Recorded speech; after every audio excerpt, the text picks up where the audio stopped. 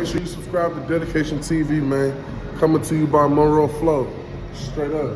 Yo, what it do? What it do? Shout out to everybody that subscribed to the channel. It's your boy Acito, man. Gotta talk about Tay Roc versus Quban. I've been seeing a lot about this battle. I did not get a chance to watch it live on the pay-per-view on Caffeine. I think they had some technical difficulties. So, when I tried to log in, I was like, you know what? I'll just wait for it to drop on YouTube. But finally got a chance to sit around and watch this battle. This is a very, very dope-ass battle, man. Shout out to Tay Roc for taking Quban. You know what I mean? Cuban's not really a new, up-and-comer. Like, he's been battling for a long time. But he's one of these guys, from the DMV area that really just hasn't got the opportunity to really, get on a big platform. Not say get on a big platform, but just really get a big opportunity and really get a chance to maximize it. Pardon me. He's had a couple of battles on URL, but this right here is not even on URL. This is on his home league. Shout out to Kel's OSBL. This is a huge look for Quban, man. And he really put on. He put on for this battle here. I'm really curious to see what he does going forward after having a damn near this probably going to do numbers. It's probably going to be one of the classic battles on OSBL. Not saying it's a classic, itself, but I'm saying just a classic for the actual league. They've had a lot of dope ass battles, but this one right here, I feel like how Tay Roc versus Bad News was for Bullpen. You know what I'm saying? Like, I put this kind of in that category, but only for OSBL. So shout out to Tay Roc, shout out to Quban, man. Let's talk about this, man. First round, Quban goes first. The energy, high level energy. He's talking to Tay Roc. A little bit of similarities with the hand gestures with Surf. I definitely have heard that a lot about Quban, but he definitely has his own style. But it looks like he takes little traits from Surf. Other than that, fire though, fire. He had a little slip up first round, but other than that, I thought it was a really, really great first round. Tay Roc goes. Tay Roc's punching off the bat. Tay Roc had like a stutter, but it was nothing to the magnitude of kind of what Quban did. But Tay Roc, Tay Roc is a fucking monster, man. I had Tay Roc taking the first round. Very dope round from both.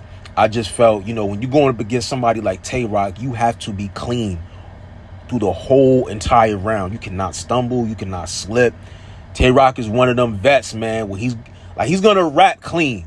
You know what I'm saying? Very few times. I think the only time I seen Roc really stumble or slip up was probably against Quban in the Lions Den. That's the only time I could really think of Tay Roc really slipping up, you know what I mean, or fumbling on a word per se. You gotta be on your shit. So I gave the first round to Tay Roc, but it was very, very close. Very, very close round. Second round, Quban goes. He kind of takes the angle right off the bat, going at Roc's girl, telling all the elite females in the building to make some noise if you look good. It's crazy because literally three females made noise. So either it was a hella ugly motherfuckers in there or it was just no females in there. That's kind of sad, bro. As much as on Twitter, man, I interact with a lot of females that love battle rap. It's crazy, man. I never even thought a lot of women watch battle rap until I realized and I saw these past couple years, bro.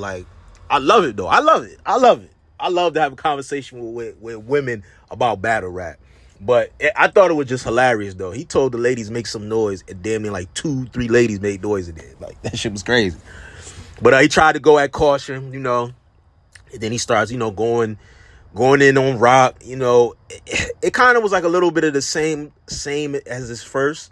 It's all right, if you're gonna take these certain angles, how everybody else pretty much does when you're battling Roc, you have to be very witty with your material. You know what I'm saying? You got to be witty with it. You have to be intricate. You got to stand out because everybody, you got to think Roc got 50 something battles. What has Roc not heard? You know what I'm saying?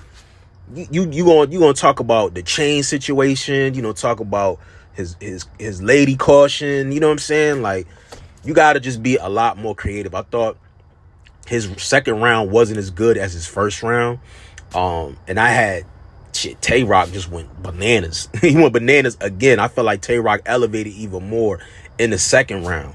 You know what I'm saying? And my thing is too is like, if you're gonna try to like talk gun bars, you're gonna try to like go that route with Tay Roc, you're gonna lose.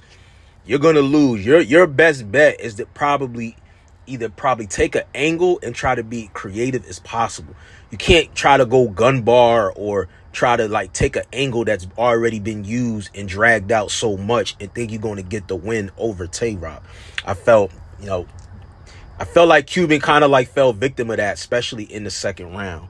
You know what I mean? Third round, now, Quban was going off in his third. I will give him that. I think one of the lines he had was, he said some shit like Bobby Brown, The Rock made me write some of the best shit in my life. That was probably one of the hardest lines that nigga said all 3 rounds. That shit was fire, bro. I'm like, okay. See, that's what I'm talking about. That intricate writing. He needed shit like that. You needed like a couple like haymakers you spread out throughout the first and the second round. You would have gave me a couple more like that. That Bobby Brown line was fucking crazy. Tay Roc goes. Tay Roc is really a fucking GOAT, bro. Yo, the rhyme scheming, the rhyme pattern, like, out of this world. This nigga had a bad boy scheme that was crazy. In the third, like, oh my God, yo. This nigga Tay Roc is fire, bro. Tay Roc is fire, man. It's just levels, bro. It's just levels. It's levels to the writing. It's levels to the way you construct the material, man. You could just tell it's levels. I had Roc edging damn near every round. I thought Quban's third round was his best round, but like I said, I felt like it was just levels, man. It was levels in the writing, but it was a very, very dope ass battle. I feel like the battle has high replay value.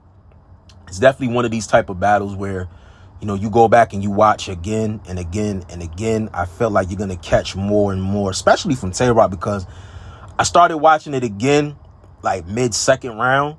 And I'm just like, I'm catching so much shit that I didn't catch when I first watched it. But all in all, man, very great battle. Once again, shout out to OSBL. Shout out to Kel. Shout out to everybody on the team.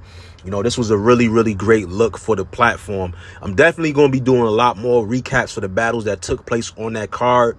And also, they just had a new card that just took place. I think She Happens versus 40 Bars was on that card.